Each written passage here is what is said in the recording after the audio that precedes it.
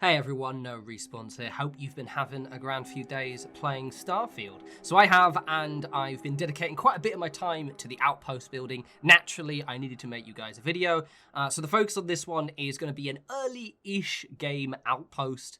For those who are new to the channel, what I like to do is I like to make functional player bases, but a big part of it is I want them to look aesthetically good. Specifically, not look overtly player-made. A massive issue with kind of pretty much any base building game is that all the player stuff just stands out like a sore thumb. My focus is being able to make it a little bit more RP friendly. You know, I want something to look lived in. You know, I want you as your character to be able to feel like this is your home and not just feel really kind of pulled out of the immersion when you go back to your base. So let's just jump into it. So I'm actually in the photo mode right now just because it gives me a little bit more of a panoramic view and pauses everything for a sec. So I'm currently in Mars. The reason for Mars, purely for the aesthetic, it looks really cool. Mars is actually a pretty lame choice in terms of resources. The main thing is lead, and you do need lead a bit for like the main prefabs, but you only build a few of those. However, Mars is still going to be my main base. The reason being is it looks cool and it's close to everything else. So what it's going to do is eventually all of my other outposts will kind of direct their resources to here, and this is going to be my main manufacturing hub. So rather than resource extraction, Mars is going to be used for crafting stuff. So it looks so good. I'm so pleased with how this turned out. Oh, so good, so good, so good. So before I exit the photo mode, I want to there's going to be a lot of, I guess, design theory in this video, by the way, especially if you're new to the channel. This will be like, oh, what is he talking about? I'm going to talk about the use of space quite a bit. Now, the reason why that's important is because in Starfield, the outpost building is in a really strong place in many areas. We've got loads of decorations, loads of furniture. So when I get to kind of showing you the inside of the prefabs, you're going to be quite surprised at how lived in they already look, especially compared to when Fallout 76 and Fallout 4 dropped. You could make structurally very cool areas, but then everything would look really dead inside and it would just pull you out. In this, we have fewer structural elements, but loads of decorations, and you can kind of really go to town on it. So on the lack of structural elements, so you don't have, all of the buildings are these prefabs, so you don't have currently as of now any kind of like individual wall pieces. I don't mourn that too much because especially if you follow me on the Fallout 76 side, I tend to prefer using the prefabs and do more of my building as such, kind of with exterior bits. The thing I don't have as of now is kind of wall bits, and what I mean by that is perimeter walls, so fences, okay, this is Fallout reference, but junk walls, bits like that. Now, it's not to say we won't get them. I've currently right now, this is all built with the tier 1 pieces, so it might be that further in the game we actually unlock a few perimeter bits, but we are almost certainly, definitely going to get lots and lots and lots of building packs for this over the course of the coming year, probably even the next 6 months. It's just going to happen because they did it with Fallout 76, they did it with Fallout 4. I wouldn't be surprised. Faction packs is probably an obvious one. So there, for example, would be a Frontier faction pack, which will definitely have all the wall pieces that we would like. However, I'm quite pleased with what I've done in spite of not having the wall bit. So this is where we get a bit of theory crafting. So I don't have a wall. So what I needed to do was create the semblance of a perimeter without having one. So what I've gone and done is I've utilized these wind generators, which I'm now going to refer to as windmills, because they're windmills, fuck it. So I've got my wee windmills around, and I've used those to kind of create an invisible perimeter. Now, if I just put them down individually, they wouldn't do that. They wouldn't have that effect because they're not built up. It's just random things spaced around your outpost. But because I've built them up and made them their own set pieces, they create the sense of a wall, and then they draw your eye to the center. We're going to close a look in a sec.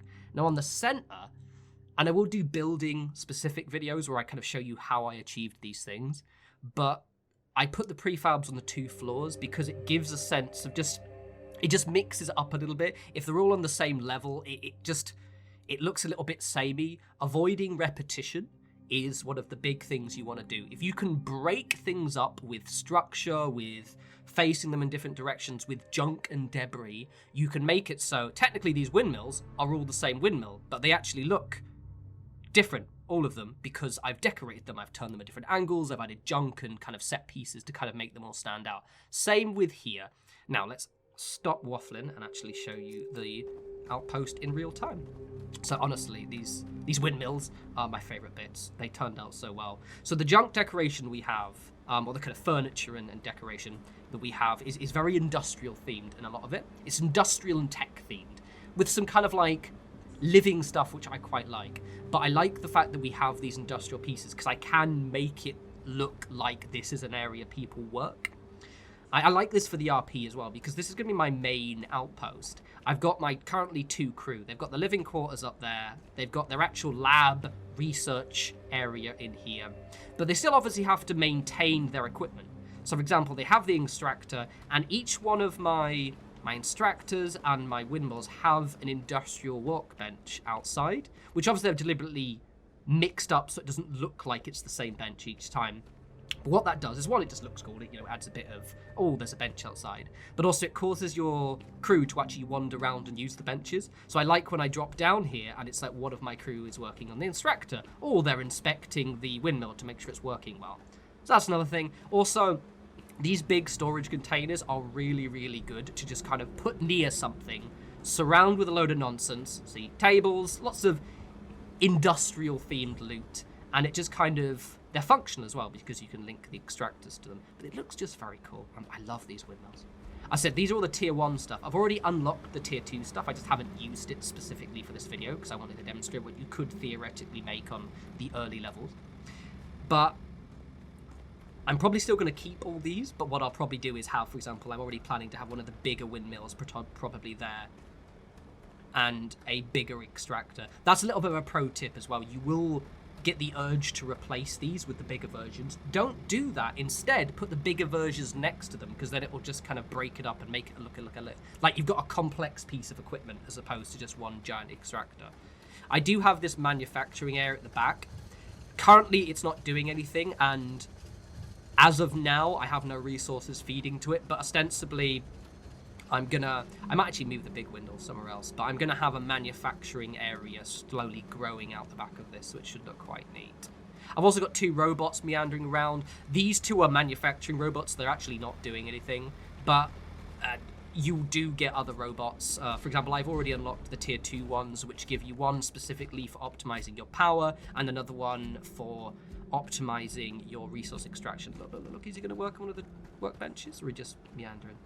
I love seeing the crew wander around. Also, all of the crew are named. I've deliberately turned off my HUD so you don't know who my crew is. You might recognize them if they see them without their suits, but it's quite neat. I do quite like it. You might actually not recognize them without their suits, but they're named ones. There are loads of named ones. See, look, there's someone working on their little workbench. It's lovely. I love it. Looks so good. All right, let me show you the interiors. I've deliberately timed this video so the sun's just setting, so you should see the lighting pop. These little little industrial lights are amazing, and for those of you who played Fallout 76, these are going to be the oil lanterns of this game. I have so many of these spaced around. Like, I'm not even probably going to use the bigger ones very often. Just having these popping around, they just kind of, it just makes it look really nice. Lighting options generally are a thing that maybe this game lacks. Those little lights are awesome, but it doesn't actually seem to have a real proper lighting tab, which is a bit of a shame. We will get options, I'm sure. This is the lab area.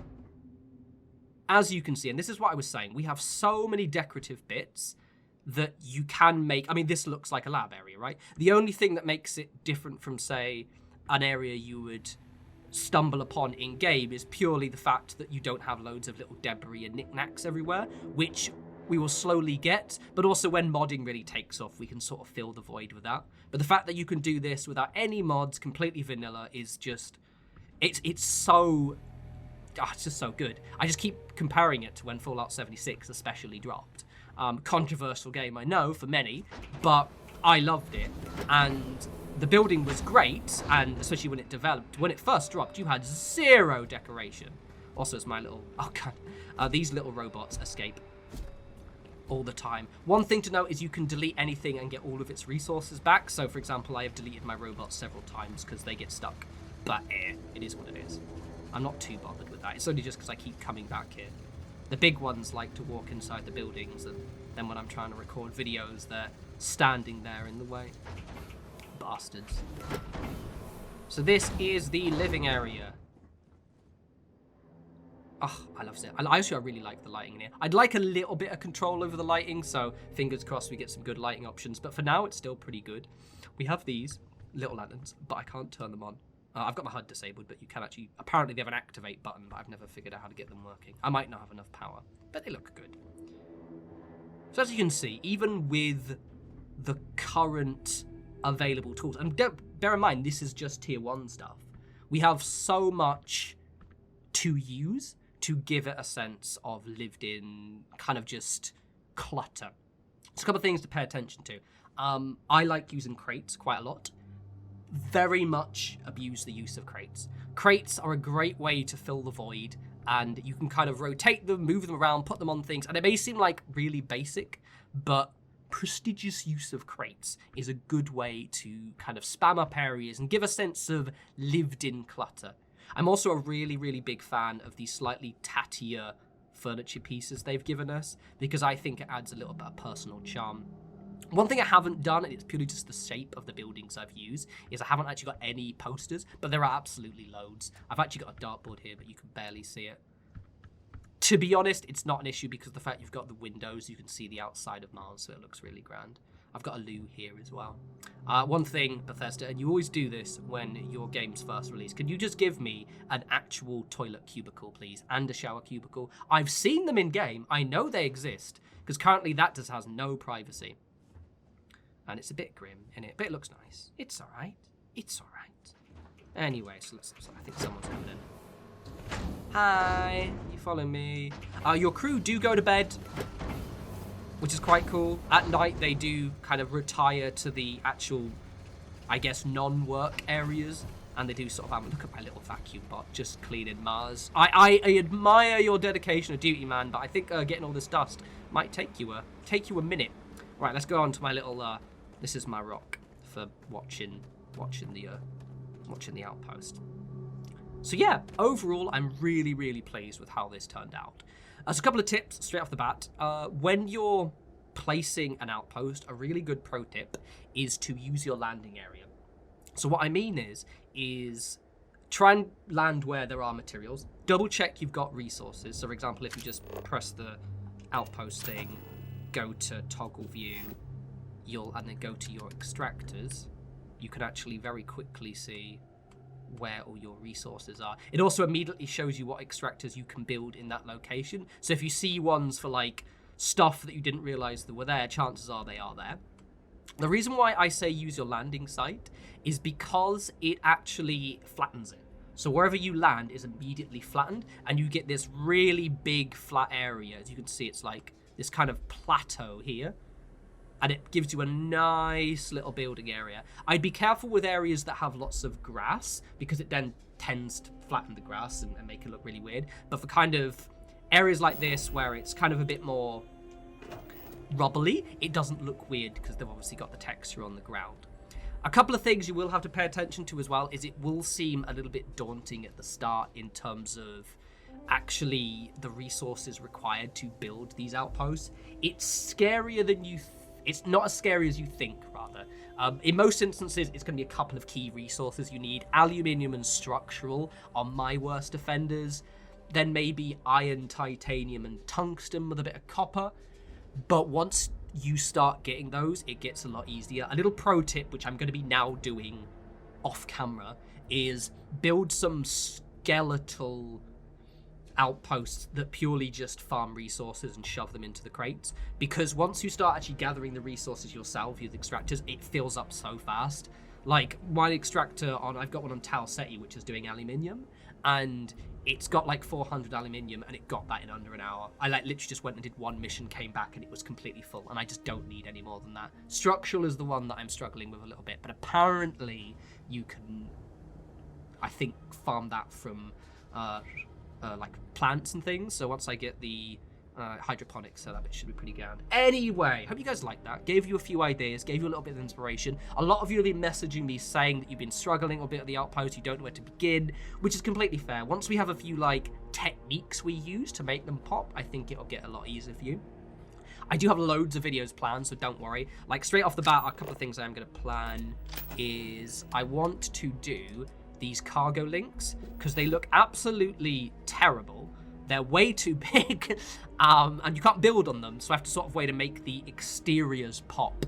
So I'm going to be doing a video on kind of, it'll be cargo links and landing pads because ostensibly it's basically the same structure. That will be sometime this week because I have to do that first because it's going to be pretty much in every single one of my outposts. I also want to do a hydroponics. Bizarrely, I can't seem to find the hydroponics. So someone knows where it is. I might have not fully unlocked it yet. I'm wondering if that's the case, or it might be limited to certain planets, I wonder. So that, and I've also just got other bits and pieces. I'm kind of thinking that maybe my videos will be more modular. So rather than doing, here's your hydroponics outpost, this is hydroponics and you can just put it within your outpost is kind of how I'm leaning towards. But saying that, I've got a few ideas for like Deep Freeze and Inferno Planet Outposts as well, which could look thematic, but I'll probably do those later on, as well as I'm going to do building tips videos. So don't you worry, I have an extremely long list of content planned, and it keeps growing. We've got a very exciting 6 to 12 months ahead of us, to say the least. Anywho, as always, follow me on Twitter @norespawns. Follow me on Instagram @norespawns because I like my Instagram and I want more of you to follow it. And as there'll be loads of new people, you get to know me and see all my Warhammer and my little holidays and my occasional bounce of cooking. It'll be fun. Anyway, you guys enjoy the rest of the week. For those of you who haven't had a chance to play Starfield in the early access, good luck and enjoy the official full release. And you guys enjoy the rest of your week. I'll speak to you lovely bunch soon. You take care.